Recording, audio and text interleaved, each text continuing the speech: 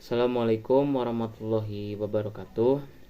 Saya Rayhan Lambang dengan NIM 21305 11005.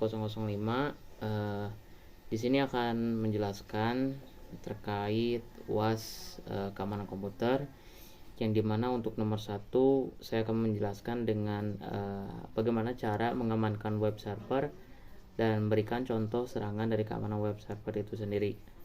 Yang pertama itu menginstal SSL pada website. Nah, dengan cara mengamankan website berikutnya, itu dengan menginstal SSL pada website. Nah, tentu saja ini merupakan cara yang paling mudah untuk memajukan keamanan dalam situs. Nah, kenapa harus menggunakan SSL pada situs? Karena alasannya jelas, adalah karena SSL bisa memastikan transfer data yang aman antara browser pengguna dengan server. Dengan demikian akan sulit bagi peretas untuk melanggar koneksi atau menipu beberapa informasi. Maka dari itu, balik kepada tips nomor 1 ini, dengan menggunakan layanan hosting yang terpercaya tentu saja bisa mendapatkan beberapa manfaat, seperti keamanan dengan menggunakan SSL, atau juga bisa menggunakan plugin seperti WordPress, seperti Release Simple SSL dan lain sebagainya untuk digunakan dalam situs yang ingin dipilih. Terus menggunakan password yang kuat. Nah, menggunakan password yang kuat di sini adalah sebagai cara dan tips untuk meningkatkan keamanan dalam website. Nah, dan juga dengan membuat user serta memastikan password yang dibuat itu dengan strong alias kuat, dengan tidak mudah ditebak oleh orang lain. Terus juga tidak direkomendasikan untuk membuat password dengan tanggal lahir atau nama. Nah, bisa juga menggunakan generate password yang secara otomatis dibuat serta direkomendasikan kepada pengguna. Terus namun jika tidak menyukai password tersebut, silahkan juga menggunakan password lainnya dengan syarat tidak menggunakan tanggal lahir atau nama, dan pastikan sudah pasti strong sifatnya ataupun kuat. Nah, setelah itu selalu update situs seperti maintenance. Nah, ketika memiliki sebuah website, tentu saja memiliki banyak fitur yang disediakan oleh CMS yang dipakai. Nah, misalnya seperti WordPress. Nah, sebaiknya harus melakukan mengecek dan mengupdate situs, karena sistem CMS yang dipakai itu akan selalu memberikan update terbaru dalam beberapa waktu tertentu. Dengan begitu, keamanan situs bisa diperkuat secara optimal. Nah, setelah itu membackup situs. Nah, dalam membackup situs ini, dengan banyaknya data serta informasi yang terdapat pada website, maka jangan pernah lupa untuk membackup data yang ada di dalam website terus secara berkala. Nah, namun jangan membackup data dengan melakukannya di server situs yang dipakai, karena tetap saja hal tersebut akan dengan sangat mudah diretas oleh hacker dan orang-orang yang tidak bertanggung jawab. Ada baiknya membackup di server yang lain. Dengan demikian akan sulit untuk dilacak dan akan menjadi lebih aman untuk situs. Nah, terus membatasi percobaan login situs.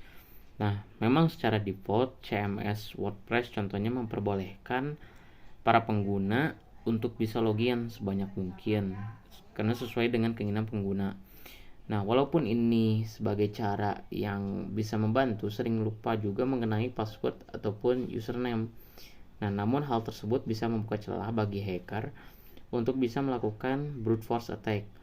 Nah, dengan demikian membatasi login ke situs akan membantu untuk meningkatkan situs menjadi lebih aman. Nah, selain itu bisa juga menggunakan plugin WPS, limit login atau plugin lainnya.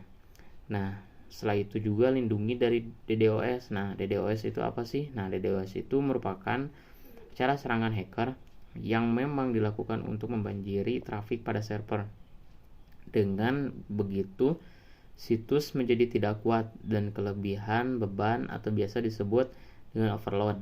Nah, efek sampingnya situs tidak bisa diakses dengan sama sekali. Nah, solusi terbaik untuk menghindari serangan tersebut ialah dengan menggunakan keamanan dari pihak ketiga, yakni seperti Cloudflare contohnya. Nah, selanjutnya menggunakan hosting terpercaya. Nah, hal yang pertama yang paling penting adalah dengan menggunakan layanan hosting yang terpercaya. Mengapa demikian? Karena apabila salah menggunakan jasa layanan hosting yang tidak amanah, tentunya itu seperti ujungnya itu sia-sia. Nah, maka dari itu memastikan bahwa layanan hosting yang dipercaya mempunyai beberapa keamanan yang optimal, misalnya seperti teknologi keamanan Uminify misalkan 360. Nah, di mana teknologi tersebut akan membuat website menjadi terlindung dari berbagai serangan hacker. Nah, untuk nomor 2, menjelaskan cara kerja digital signature dan berikan contoh penerapan digital signature itu sendiri. Nah, dengan pertama-tama, pengirim pesan akan menghitung message digest atau disingkat dengan MD. Dari pesan MD ini diperoleh dengan mengubah pesan M dengan fungsi hash satu arah. Nah, selanjutnya terjadi enkripsi pada MD menggunakan algoritma kriptografi kunci privat seperti algoritma RSA. Nah, hasil enkripsi inilah yang dinamakan sebagai digital signature atau disingkat dengan S. Kemudian digital signature S diletakkan pada pesan M. Nah, lalu pesan M yang sudah Anda misalkan tanda tangani dengan S akan dikirimkan menggunakan suatu saluran komunikasi. Bila pesan M sudah sampai ke penerima, akan terjadi proses verifikasi sebagai bentuk pembuktian keaslian pesan. Berikut proses verifikasinya. Misalkan digital signature S, nah dibuka decrypt, nah menggunakan kunci publik yang diberikan ke penerima. Nantinya proses ini akan menghasilkan MD ataupun message digest tadi. Kemudian penerima mengubah M menjadi MD dengan fungsi hash satu arah. Nah, hash ini mirip dengan yang digunakan oleh pengirim. Nah, bila hasilnya misalkan MD sama dengan MD atau message digest tadi, maka tanda tangan yang diterima adalah sah dan asli dari pengirim yang benar. Nah, nomor 3, bagaimana cara mengamankan sistem informasi dan berikan contoh serangan dari keamanan sistem informasi itu sendiri. Untuk yang pertama itu mengatur akses kontrol. Nah, yang dimana salah satu cara yang umum digunakan untuk mengamankan informasi adalah dengan mengatur akses ke informasi melalui mekanisme authentication dan akses kontrol. Nah, implementasinya dari mekanisme ini antara lain dengan menggunakan password. Nah, paling tidak inilah satu hal yang paling mudah untuk dilakukan mengamankan sistem. Nah, terus juga memasang proteksi yang dimana untuk lebih meningkatkan keamanan sistem informasi, proteksi dapat ditambahkan. Proteksi ini dapat berupa filter secara umum dan yang lebih spesifik adalah firewall. Nah, filter dapat digunakan untuk memfilter email, informasi, akses, atau bahkan dalam level package tertentu. Penangkal lainnya adalah untuk memproteksi sistem dengan memasang atau mengupdate terus antivirus itu. Nah, terus firewall. Nah, apa sih itu firewall? Firewall ini adalah dinding pembatas atau dinding pelindung dari luar dalam sistem kita sendiri. Nah, diibaratkan seperti pagar garasi rumah misalkan dan ataupun dinding kanan kiri depan belakang rumah. Nah, yang pada umumnya merupakan cara pengamanan dari dalam dan luar rumah misalkan gitu. Nah, terus ada pemantau adanya serangan. Nah, sistem pemantau monitoring system digunakan untuk mengetahui adanya tamu tak diundang ataupun intruder. Nah, Dan juga ada misalkan seperti serangan, attacking. Nah, nama lain dari sistem ini adalah Intruder Detection System atau disingkat dengan IDS. Nah, sistem ini dapat memberitahu administrator melalui email maupun melalui mekanisme lainnya. Nah, setelah itu membackup secara rutin. Nah, backup di sini merupakan salah satu tindakan yang bertujuan untuk menyimpan suatu data pada media lain, sehingga suatu waktu data yang tersimpan itu dapat diambil dan dipergunakan kembali untuk kepentingan fungsionalitas yang sama. Seringkali tamu tak diundang ataupun intruder masuk ke dalam sistem dan merusak sistem dan menghapus berkas-berkas yang dapat ditemui. Jika intruder ini berhasil menjebol sistem dan masuk sebagai super user, administrator, maka ada kemungkinan dia dapat menghapus seluruh berkas. Kondisi ketika intruder menjadi super user menyerang sistem disebut dengan istilah replay attacking. Nah, adapun contoh serangannya. Untuk contoh serangannya ada hacker dan crackers. Untuk hacker pada hakikatnya adalah orang-orang yang dapat dikategorikan sebagai programmer yang pandai dan senang mengotak-atik, yaitu sesuatu yang dirasakan sebagai penghalang terhadap apa yang ingin dicapai. Bagi seorang hacker, perlindungan terhadap sistem komputer adalah tantangan. Mereka mencari data yang mereka inginkan dan juga misalkan ingin menjebol suatu data misalkan yang mereka inginkan. Nah, dalam selanjutnya adapun virus. Nah, virus komputer ini adalah program komputer yang masuk ke dalam sistem untuk melakukan sesuatu. Nah, misalnya menginterupsi proses yang sedang berjalan di CPU. Memperlambat kinerja komputer, memenuhi memori komputer sehingga kegiatan CPU berhenti. Memenuhi hard disk, menghapus file-file, merusak sistem operasi dan lain sebagainya. Ke dalam sistem komputer orang lain, jumlah virus bertambah terus setiap hari, sehingga pemilik sistem komputer harus selalu waspada. Virus menyusup masuk ke dalam sistem komputer melalui dengan berbagai cara, seperti pertukaran file, misalnya mengambil file copy paste dari komputer lain yang tertular virus, terus email, membaca email dari sumber yang tidak dikenal, bisa berisiko tertular virus. Karena virus telah ditambahkan atau attach ke file email, IRC selalu chatting bisa dijadikan jalan bagi virus untuk masuk ke komputer. Yang nomor 4, jelaskan teknik kriptografi dan berikan contoh penerapannya dari teknik tersebut secara spesifik. Untuk ilmu ini yang biasa teknik kriptografi itu digunakan dalam teknik matematika. Yang dimana dalam keamanan informasi itu dikenal sebagai autentikasi dan kerahasiaan.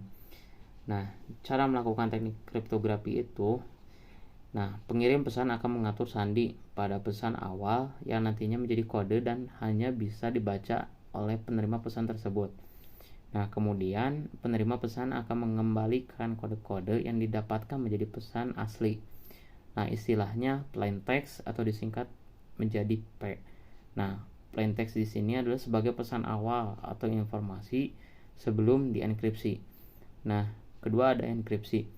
Dienkripsi di sini sebagai proses kriptografi dari P menjadi C. Dengan disingkat tadi enkripsi itu E dan P. Adapun ciphertext yang dimana disingkat dengan C, pesan yang telah dienkripsi tidak bisa dibaca karena karakter tidak memiliki makna. Terus terdapat key.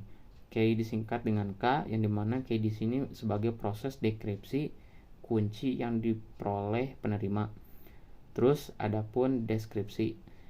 D dengan C yang dimana mengubah C ke P. Kriptografi dapat dibagi menjadi dua jenis, yaitu kriptografi klasik dan modern. Untuk kriptografi klasik itu adalah jenis kriptografi yang digunakan sebelum adanya komputer. Kriptografi masih dilakukan dengan memanfaatkan pensil dan kertas. Sandi yang digunakan dalam ini yaitu berbasis karakter, yang mana proses persandian dilakukan di setiap karakter pesan. Kriptografi klasik pada umumnya hanya memanfaatkan sistem kriptografi simetris dan digunakan jauh sebelum sistem kriptografi kunci publik asimetris ini ditemukan. Nah, adapun kriptografi simetris. Nah, kriptografi simetris di sini sebagai jenis kriptografi yang mana hanya terdapat satu kunci untuk mengenkripsi dan mendekripsi informasi.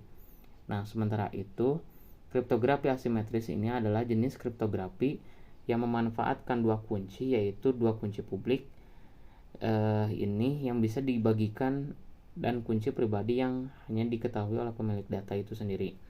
Nah, terdapat juga dua jenis kriptografi klasik, yang dimana yaitu kriptografi substitusi dan kriptografi transposisi. Nah, kriptografi substitusi di sini kriptografi yang dimana jenis kriptografinya yang mengganti kemunculan sebuah simbol dengan simbol lainnya gitu. Nah, beberapa contoh kriptografi substitusi adalah seperti Cesar Cipher, Evin Cipher, Hill Cipher, dan juga ada Wegener Cipher. Nah, ada juga kriptografi transposisi. Nah, kriptografi transposisi di sini, nah pada transposisi di sini huruf pada teks terang atau plain text tetap sama, namun urutannya saja yang diubah. Nah, beberapa contoh kriptografi transposisi adalah kolumnar, Cipher, serta sandi permutasi. Nah, kriptografi modern. Terus kriptografi modern di sini, pada kriptografi modern, algoritma dibuat sedemikian kompleks sehingga akan sangat sulit memecahkan teks tersandi atau ciphertext tadi tanpa mengetahui kuncinya. Nah, algoritma kriptografi modern di sini beroperasi pada mode bit. Berbeda dengan mode karakter yang digunakan pada kriptografi klasik. Nah, pada mode bit, informasi dibuat dalam rangkaian bit biner 0 dan 1. Nah, rangkaian bit yang menyatakan plain text di sini akan dienkripsi menjadi ciphertext dalam bentuk rangkaian bit. Begitupun sebaliknya. Nah, untuk contoh kriptografi itu sendiri, nah kriptografi yang dalam pencontohan ini yang akan digunakan itu Cipher.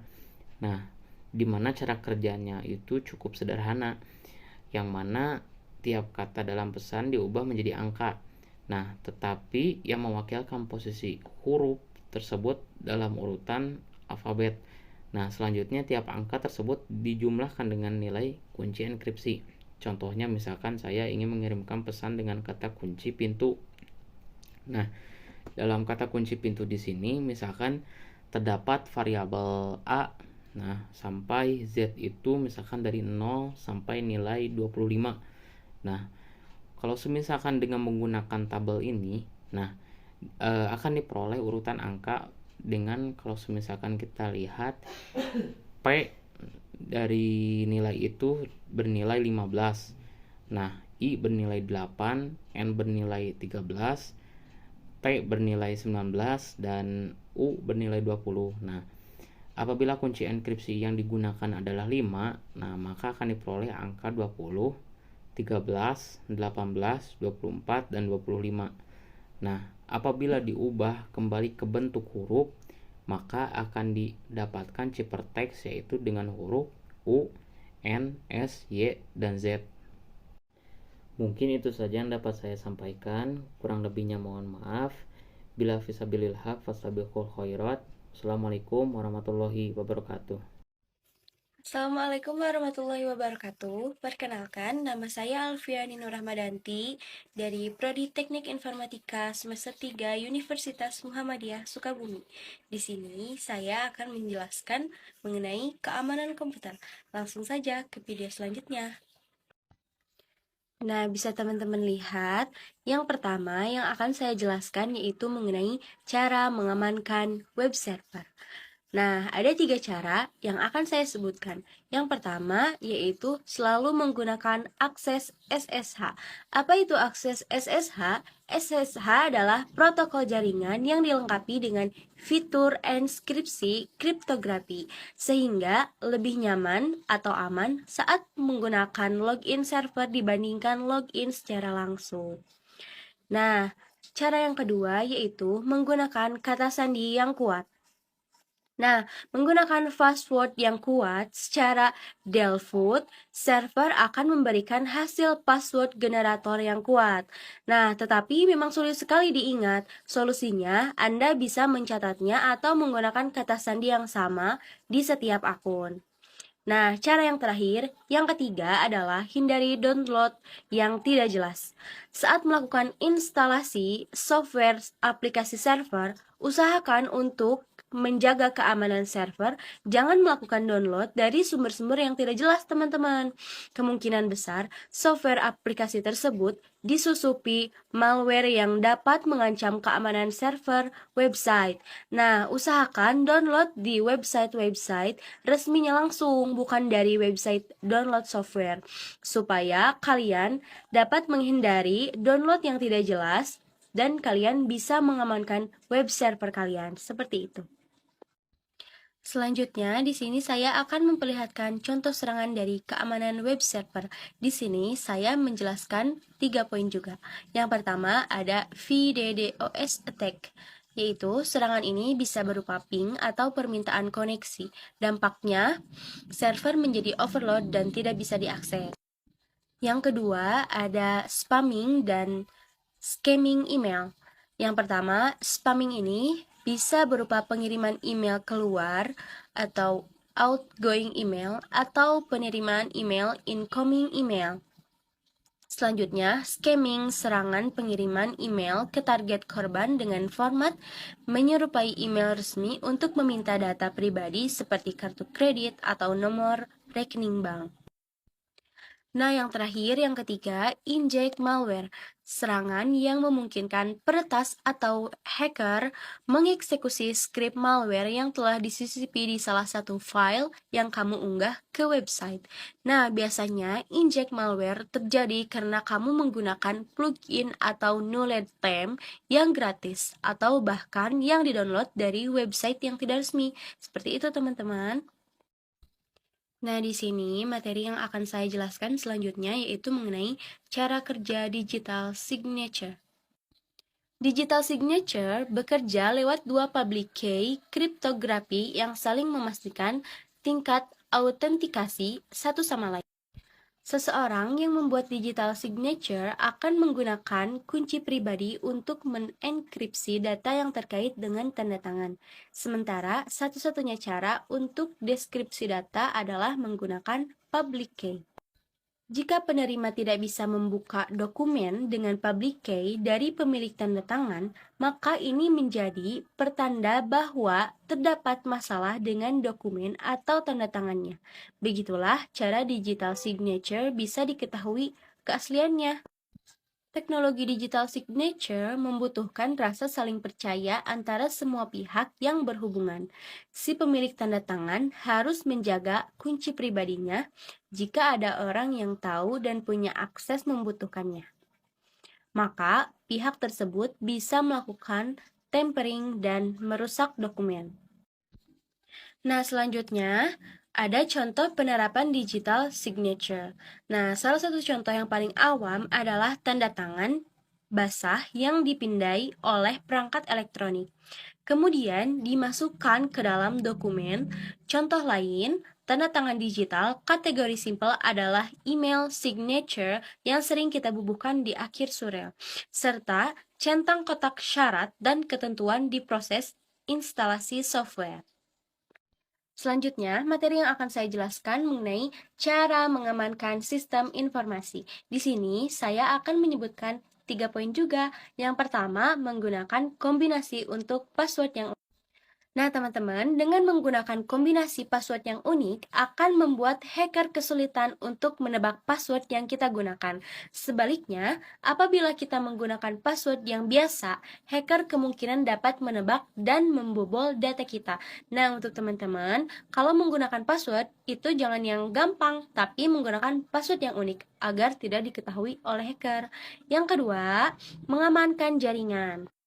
Mengamankan jaringan harus menjadi hal yang selalu kita perhatikan dengan serius, karena kejahatan cyber setiap tahun semakin tinggi pastinya teman-teman. Agar hacker tidak pernah dapat mendapatkan akses ke dalam jaringan. Maka kita perlu untuk mengunci atau mengamankan router dan menenkripsi seluruh informasi yang ada dengan menggunakan password yang menyembunyikan seluruh sistem, selalu mengawali phishing. Nah, selanjutnya yang ketiga, yang terakhir, memasang antivirus. Untuk menjaga informasi yang ada dari serangan virus yang biasanya dapat terjadi, maka langkah pertama yang dapat kita lakukan adalah dengan memasang antivirus di laptop atau di PC yang ada dan selalu ingat untuk mengupdate software yang ada. Seperti itu, teman-teman. Selanjutnya, saya akan menyebutkan contoh serangan keamanan sistem informasi itu sendiri. Yang pertama, ada virus, spam, penyadapan, dan carding. Selanjutnya, ada denial of service atau yang disebut sebagai DOS, artinya melumpuhkan target. Dan yang terakhir ada cybercrime, blue and white collar crime. Seperti itu, teman-teman. Selanjutnya, saya akan menyebutkan contoh serangan keamanan sistem informasi itu sendiri. Yang pertama, ada virus, spam, penyadapan, dan carding. Selanjutnya, ada denial of service atau yang disebut sebagai DOS, artinya melumpuhkan target. Dan yang terakhir ada cybercrime, blue and white collar crime. Seperti itu, teman-teman. Selanjutnya, materi yang terakhir yang akan saya jelaskan yaitu mengenai teknik kriptografi. Ada 5 teknik, teman-teman. Yang pertama, ada substitusi. Apa itu substitusi? Pada substitusi, kita akan mengganti sebuah karakter dengan karakter lainnya. Nah, biasanya pengubahan karakter ini ditentukan oleh pembuat pesan yang tentunya harus dimengerti oleh si penerima pesan, teman-teman. Selanjutnya, teman-teman, saya akan mencontohkan teknik substitusi. Nah, di sini saya telah menyiapkan 2 tabel. Yang pertama ada tabel yang hijau, yang kedua ada tabel yang merah. Nah, tabel yang hijau itu ada huruf A sampai Y tidak diacak, dan tabel yang merah itu ada huruf A sampai Y juga, namun isinya diacak. Nah, plain text yang saya siapkan ini kata-katanya merah hijau, tapi tidak dispasi ya, teman-teman. Nah, huruf-huruf yang ini itu diubah sesuai dengan tabel yang warna merah. Huruf M itu ada di baris ke-3, kolom ketiga. Nah, selanjutnya di tabel yang merah juga ada J di baris ketiga, kolom ketiga. Nah, teman-teman tinggal ubah saja. M itu J, E itu P, R itu H, A itu N, dan selanjutnya. Bisa teman-teman lihat. Contoh yang kedua ada teknik blocking. Nah, pada blocking, pengguna akan membuat sebuah blok yang akan membagi plain text ke dalam beberapa blok yang sudah dibuat oleh pengguna yang hanya dapat dimengerti oleh si penerima pesan. Selanjutnya, contoh teknik blocking itu sendiri yaitu, nah di sini saya menggunakan plain text ini blocking. Ditulis secara vertikal di dalam kolom, teman-teman. Nah, kolomnya ini sudah saya buat, tabelnya sudah saya buat. Kita tulis secara vertikal ke bawah ya, teman-teman. Ini blocking. Nah, ada blok 1, blok 2, blok 3, dan blok keempat. Nah, ciperteksnya yaitu secara horizontal, teman-teman. Jadi, kalian tulis lagi secara horizontal supaya tidak terbaca oleh orang lain, tetapi yang menerima pesan itu tahu apa isi pesannya. Nah, yang pertama kita tulis horizontal ya, dari atas IBK NLIION. Selanjutnya kan itu kolomnya kosong ya, teman-teman. Jadi digunakanlah spasi CG. Selanjutnya, contoh yang ketiga ada permutasi. Pada permutasi, pembuat pesan akan merotasikan atau memutarkan karakter dalam sebuah kalimat yang telah dibuat sesuai dengan aturan. Nah, aturan ini hanya dapat dimengerti oleh pembuat dan si penerima pesan, teman-teman. Seperti contoh-contoh yang sebelumnya ya. Nah, permutasi ini beda dari contoh yang sebelumnya. Permutasi ada 5 contoh. Yang pertama ada segitiga, yang kedua ada spiral, yang ketiga ada diagonal, dan yang terakhir ada zigzag. Nah, teman-teman, dari keempat contoh permutasi, di sini saya akan menjelaskan salah satu dari contohnya, yaitu spiral. Di sini saya sudah mempersiapkan kolomnya, yang ini. Nah, kolomnya ini berisi plain text, yaitu saya sedang belajar keamanan komputer. Nah, bagaimana cara memasukkan plain text-nya? Cara memasukkan plain text-nya yaitu dari atas hingga ke bawah. Saya sedang, nah ini, saya sedang di ujung sana, sedang belajar keamanan komputer. Nah, itu kan ada sisa kolom yang diisi dengan huruf X, 3X itu yang di tengah-tengah. Nah, kenapa kita isi huruf X itu? Karena kalau misalkan kosong, si pesan itu tidak akan terbaca. Jadi, kita masukkan huruf X supaya pesan itu yang di dalam kolom itu terisi penuh. Nah, teman-teman bisa isi huruf yang kalian sukai saja. Nah, di sini saya memilih huruf X yang saya isi di tengah-tengah itu. Nah, hasilnya, ciperteksnya, hasil pesannya yang akan dibaca oleh si penerima pesan, yaitu kita tulis secara vertikal dari sini ya. Dari sini ke bawah, dari sana dari A ke bawah sampai selanjutnya. Nah, isinya jadi SAEKRA AMETUJY selanjutnya. Bisa teman-teman baca ya. Jadi hasilnya seperti itu, teman-teman. Selanjutnya contoh yang keempat, teman-teman, yaitu ekspansi. Pada ekspansi, pembuat pesan akan membuat sebuah pesan yang akan diperpanjang. Biasanya, huruf konsonan atau bilangan ganjil akan ditambahkan an pada bagian belakang. Dan huruf yang ada pada kata itu pun dijadikan di depan an tadi, teman-teman. Dan pada huruf vokal atau bilangan genap, bagian yang paling belakang akan ditambahkan i. Nah, supaya teman-teman mengerti, mari kita lihat contohnya. Nah, teman-teman, kita sudah beralih ke contohnya, contoh ekspansi. Nah, di sini plain text-nya yang sudah saya siapkan yaitu 6 belajar bersama. Nah, bagaimana cara mengerjakannya? Bagaimana cara mengubah ke cipertext? Nah, di sini saya tambahkan dulu plain text-nya ke dalam kolom. Nah, yang di atas itu 6 spasi belajar spasi bersama spasi. Nah, di bawahnya kita ubah ke dalam cipertext.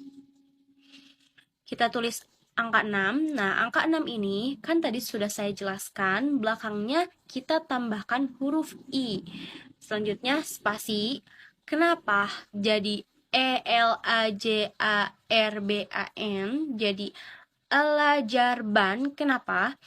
Nah, huruf B-nya itu kita pindahkan ke belakang. Nah, di belakang kita tambahkan an, seperti yang sudah saya jelaskan tadi. Nah, selanjutnya spasi bersama. Bersama itu yang di atas, B-nya juga kita pindahkan hurufnya ke belakang. Huruf pertama itu kita pindahkan ke belakang dan kita tambahkan an juga ya, teman-teman. Nah, cipertext-nya pun sudah ada. Jadi, kita tulis di atas 6i elajarban spasi ersamaban. Nah, cipertext-nya itu udah ada ya, teman-teman. Nah, ini adalah contoh yang terakhir, yaitu pemampatan. Pada pemampatan, sebuah pesan akan dibagi sesuai dengan aturan pembuat pesan, di mana setiap beberapa huruf atau karakter biasanya akan diberikan sebuah batasan. Pada batasan tersebut nantinya ada karakter yang dihalangkan. Setelah dihilangkan, pesan akan dimampatkan. Setelah pesan dimampatkan, pesan akan digunakan antara pesan yang akan dimampatkan dan pesan yang hilang tadi.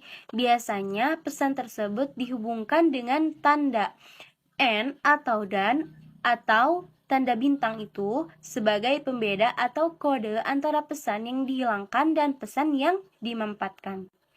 Selanjutnya, kita beralih ke contohnya. Selanjutnya, contoh pemampatan. Di sini saya sudah menyiapkan plain text-nya, yaitu belajar kriptografi. Kita masukkan saja ke dalam kolom ini, teman-teman. Belajar kriptografi. Nah, kalau misalkan kita ubah ke dalam ciphertext itu, setiap 3 kolom hurufnya itu dihilangkan. Nah, saya tandai dengan warna hitam itu. Yang warna hitam itu berarti hurufnya kita hilangkan, teman-teman. Nah, selanjutnya itu yang di bawah, setelah petunjuk merah itu sudah saya ubah, sudah saya hilangkan yang huruf yang saya beri warna hitam itu. Jadi hasilnya BEAJR spasi RITORAI. Nah, tidak sampai di situ saja, teman-teman. Caranya seperti ini. Nah, huruf-huruf yang sudah saya ubah itu dipindahkan ke bawah ini. Lalu kita tambahkan, kita sambungkan menggunakan ini tanda N atau dan. BEAJR spasi RITORAI dan, nah itu tanda dan atau N, lalu ditambahkan huruf yang sudah kita hilangkan yang tadi, LAKPGF yang sudah kita hilangkan ya. Nah, huruf yang itu, yang ini, nah kita satukan di bawah, kita jadikan ciphertext. BEAJR spasi RITORAI dan LAKPGF. Nah, ini sudah menjadi ciphertext dan dapat kalian kirim kepada orang yang ingin kalian kirim. Seperti itu, teman-teman. Alhamdulillahirrabbilalamin, semua materinya sudah saya jelaskan. Mohon maaf bila ada kesalahan. Semoga bermanfaat buat teman-teman semua dan dapat dimengerti. Wassalamualaikum warahmatullahi wabarakatuh.